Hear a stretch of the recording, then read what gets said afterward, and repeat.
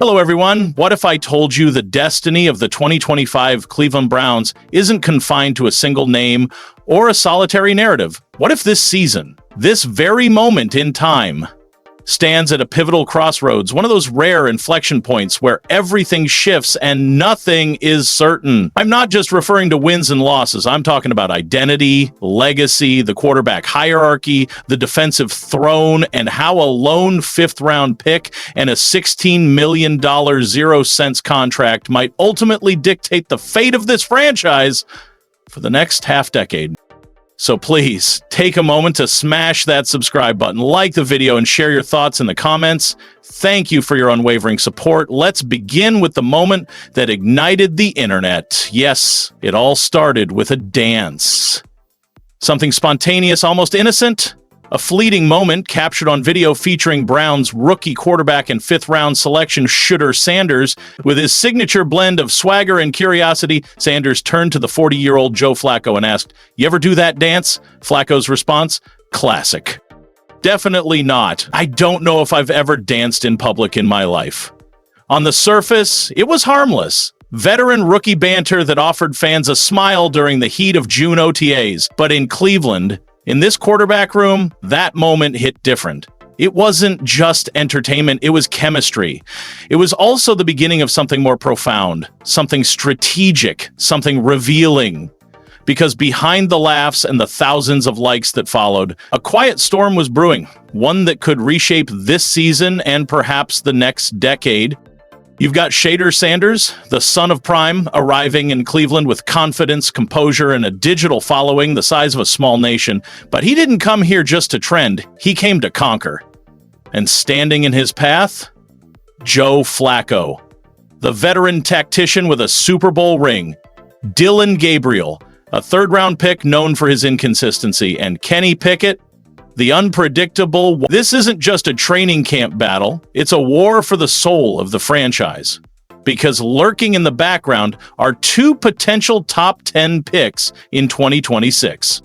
Think about that. If none of these quarterbacks can seize the throne, the Browns might have no choice but to use those picks chasing yet another quarterback.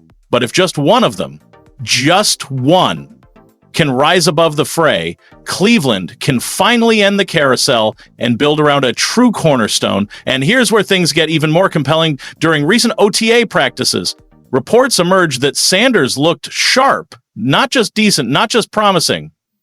Sharp. According to observers, he went 6 for 7 in second and third team reps, while Gabriel stumbled with a shaky 2 for 6.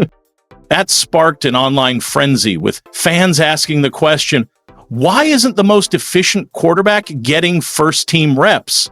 Nathan Zagora broke it down. This isn't just about completion percentages or pretty spirals. Sanders is still learning the NFL's complexities, the cadence, the command, the pre-snap reads, the post-snap decisions. Joe Flacco has 191 NFL starts. He's lived this rhythm for over a decade. Kenny Pickett has 25. Sanders? 0. So, while he's impressing the staff, he's still in the developmental phase. For now, but patience doesn't mean indifference. Behind the scenes, Tommy Rees says Sanders is relentless. He's grinding, studying, evolving. The Browns aren't throwing him to the wolves, they're investing in his future. But the clock is ticking. If Cleveland doesn't fully evaluate Sanders this season, they'll be making critical decisions next year with a blindfold on. That's the danger. That's the tightrope walk. Every rep, every snap in preseason is part of a much larger trial, one that tests not just talent, but readiness, leadership, and franchise potential. Garrett has the sacks, the accolades, the Pro Bowls, but now he carries the weight of the entire franchise's defensive hopes. And the Browns didn't stop at signing a check. They gave him reinforcements. Their top draft pick, Carson Schweizinger, a tackling machine at linebacker, 2 rookies, 2 puzzle pieces chosen with surgical precision. Let's talk about Graham. He wasn't the obvious choice. The Browns passed on blue-chip prospects like Travis Hunter to get him. Why? Because they believed Graham, lining up next to Garrett, could become a nightmare for opposing offenses Schwartz's defense is built on pressure, chaos, and disruption, and when Garrett draws double or even triple teams, it creates a highway for Graham to feast. If Graham hits, if he becomes that guy, the Browns could have a defensive front that devours games week in and week out.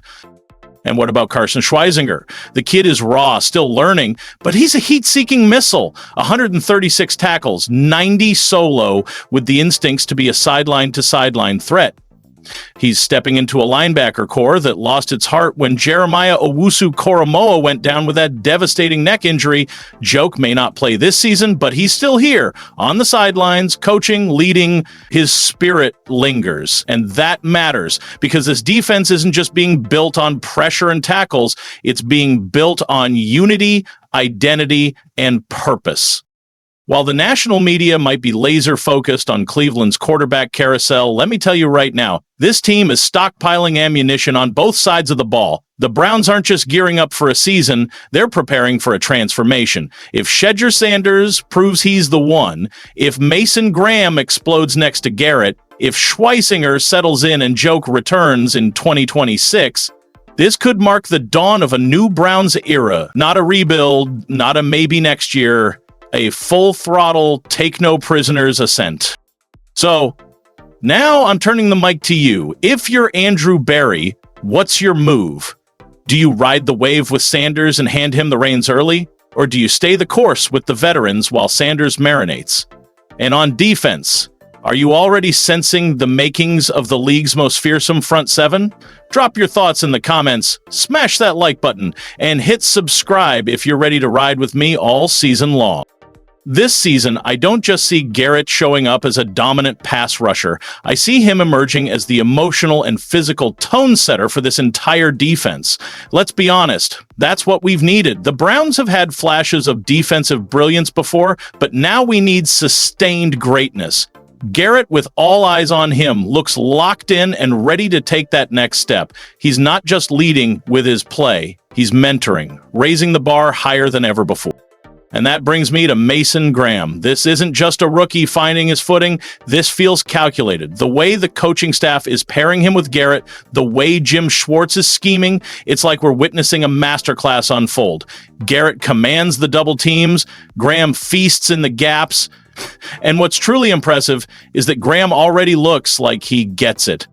He's not wide-eyed or overwhelmed. He's absorbing the playbook, adjusting to the speed, and applying his instincts. It's that beautiful collision of raw talent and elite coaching. And with a veteran like Garrett mentoring him every step of the way, this kid might not just contribute, he could burst onto the scene as a breakout force as early as week 1.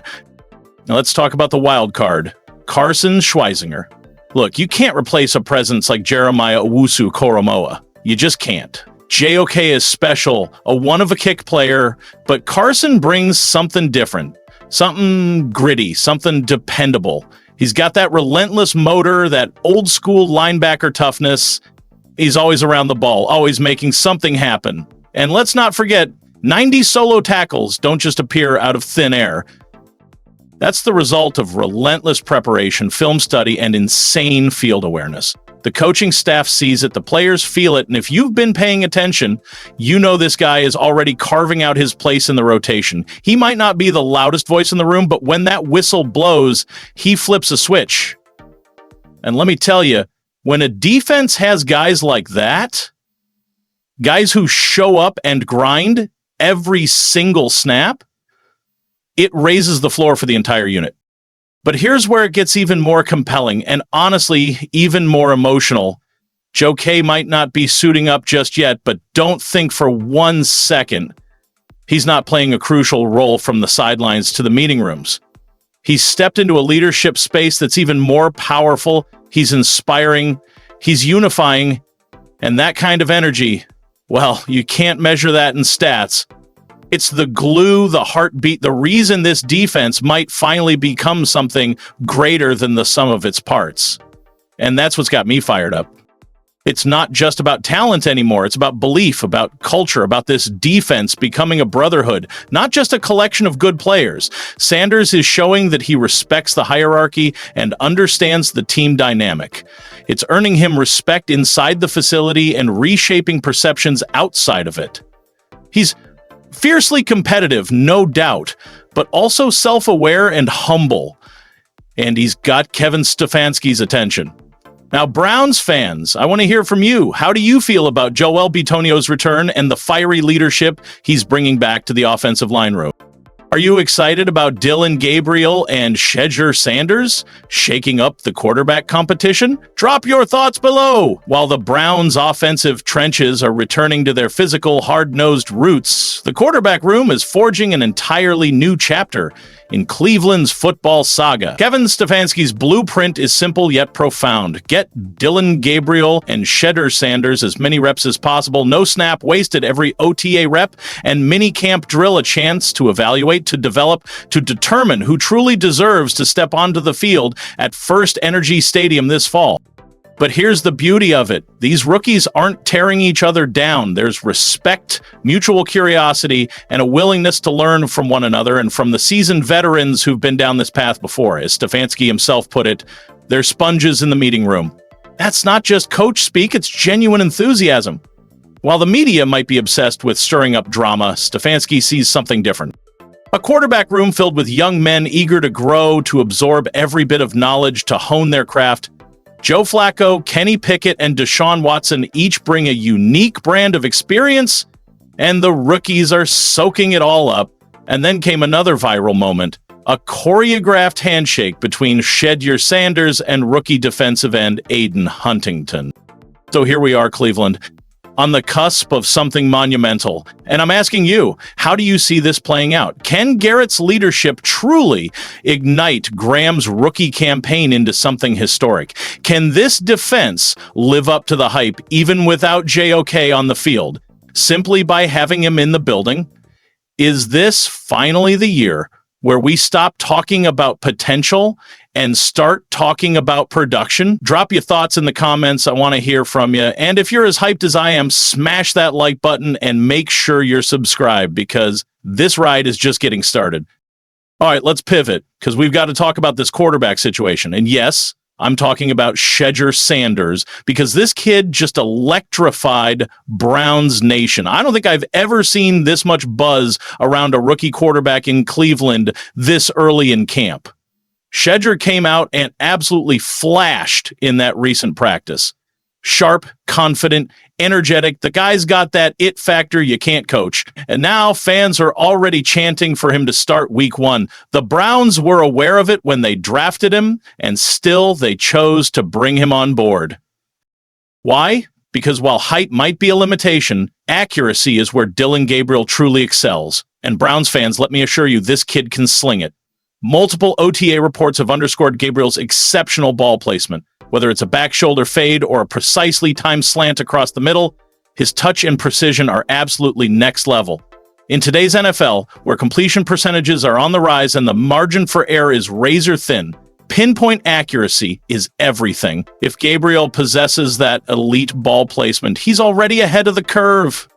Gone are the days when you could scrape by with a 57% completion rate and still hold a job. Now, you need to hover in the mid to high 60s just to be considered serviceable. That's why the coaching staff is observing Gabriel closely, because if Kevin Stefanski can tailor the playbook to Gabriel's strengths, much like Sean Payton once did with Drew Brees, another undersized but supremely accurate passer, there's a genuine opportunity for this offense to thrive. Remember how Payton simplified the system for Bo Nix last year? Gabriel might need a similar approach. Streamlined plays, scripted drives, clean reads, just to help him get settled before letting him off the leash. If that happens, we might just witness a quarterback who quietly and methodically leads this team, not as a highlight reel sensation, but as a cerebral, mistake-free field general. That said, Gabriel doesn't have the job locked up. Shedeur Sanders is generating plenty of buzz, and it's not just hype. By all accounts, he performed exceptionally well during OTAs, showing poise, composure, and an impressive command of the offense. Sanders is bigger, flashier, and some might argue has a higher ceiling. Reports even suggest he delivered the best overall performance of any quarterback not named Joe Flacco during camp. Yes, better than Gabriel and better than Pickett. That's no small feat. But here's where things get even murkier. ESPN recently ranked the Browns quarterbacks following OTAs, and here's how it shook out. Joe Flacco at number 1, Shedeur Sanders at 2, Dillon Gabriel at 3, and Kenny Pickett at the bottom. That's right, Pickett, the former Steelers starter, isn't even in the running. The chatter is that he might not even sniff the starting job this year, which brings us to the man currently wearing the crown, Joe Flacco. A seasoned veteran, a stabilizing presence, and someone who already understands Stefanski's system. He's also refreshingly candid about his role. In his own words, he's not here to be a mentor, he's here to compete. At 39, he knows the finish line is approaching, but he's not done yet. He's still firing the football like a pro, and the coaching staff trusts him. That's why most analysts, including yours truly, believe Flacco is your Week 1 starter.